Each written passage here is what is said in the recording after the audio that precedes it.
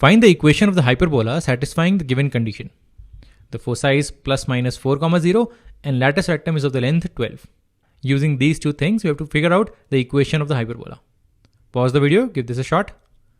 Okay, let's do this together. The foci is plus minus 4, 0, which means it's on the x-axis. So we can take the standard equation x square by a square minus y square by b square equals to 1. Now we need to figure out a and b using these two things. If foci is plus minus 4, 0, this means the value of c is equal to 4 because foci is plus minus c, 0. So we have c. We're given that the length of latus rectum is 12, which means 2b square by a, that's equal to 12. So we have one equation in b and a. If we rearrange this, this is b square equals to 6a. We can cancel 2 out. So b square is 6a. Now we can get another equation in b and a by writing c in terms of b and a. C square is a square plus b square. So let's put in c equals to 4a here. This is 16 a square and b square is equal to 6a. So let's plug this here. It's 6a. Now what we have is an equation in a. It's a quadratic in a. We can figure out what the value of a is by solving this equation. So a square plus 6a minus 16 equals to 0. This is a square plus 8a minus 2a minus 16 equals to 0. We'll split the middle term. This is a times a plus 8 minus 2 times a plus 8 equals to 0, or a plus 8 times a minus 2 equals to 0. So from this we get two values of a. One is minus 8 and the other one is 2. Now which one should we pick? Well, a can't be negative, so we'll pick a equals to 2. Now once we have a, we can figure out b. So b square is 6 times a, which means b square is 6 times 2, which is 12. So we have b square as well. And once we have a square and b square, we can get the equation. So it's x square by a square, that's 4, minus y square by b square, that's 12, equal to 1. That's the equation of this hyperbola. Let's try one more. This time we're given the vertices as plus minus 7, 0 and eccentricity equals to 4 by 3. Pause the video, try this as well. Okay, let's do this together.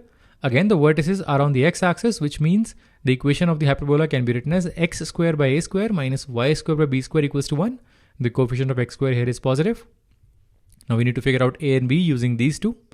If the vertices are plus minus 7, 0, this means a is equal to 7 because the vertices are plus minus a, 0. And eccentricity is c upon a, which means c upon a is equal to 4 by 3.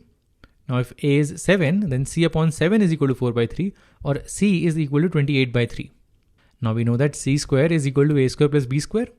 Plugging in c here and a here, we can get the value of b. So 7 square plus b square is equal to 28 by 3 squared. This gives b square equals to 28 square is 784. So this is 784 by 9 minus 7 square is 49. So b square is equals to 784 minus 9 times 49, that's 441 divided by 9, or b square equals to 343 by 9. So we have a, so a square is 49. We have b square, that's 343 by 9. We can get the equation x square by 49 minus y square by 343 by 9. So 9 comes up, 343 stays at the denominator, equals to 1. And this is the equation for this hyperbola. One last problem. This time we have the foci 0 plus minus root 10. And we know that the hyperbola passes through 2, 3. Pause the video, try this out. Okay. This time the foci is on the y-axis. So we'll take the coefficient of x square as negative. So we'll take the equation of hyperbola as y square by a square minus x square by b square equals to 1. Here c is root 10 because the foci is 0 plus minus c. So c is root 10.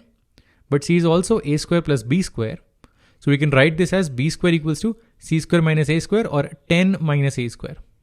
Now we can plug this back in the equation. Now we know that this hyperbola passes through 2, 3, which means 2, 3 satisfies this equation. So 9 by a square minus 4 by b square equals to 1. But b square is 10 minus a square. So we can replace b square by 10 minus a square. Now this is an equation in a. We can figure out a by solving this. So let's do that. Let's take the LCM and cross multiply. We have 9 times 10 minus a square minus 4 times a square equals to a square times 10 minus a square. This is 90 minus 9a square minus 4a square equals to 10a square minus a to the power 4. So this becomes a to the power 4 minus 9 minus 4 minus 10, that's minus 23. So it's minus 23a square plus 90 equals to 0. Now this equation has degree 4, But if you think about it, this is a quadratic in a square. So let's split the middle term. This is a to the power 4 minus 18a square minus 5a square plus 90 equals to 0.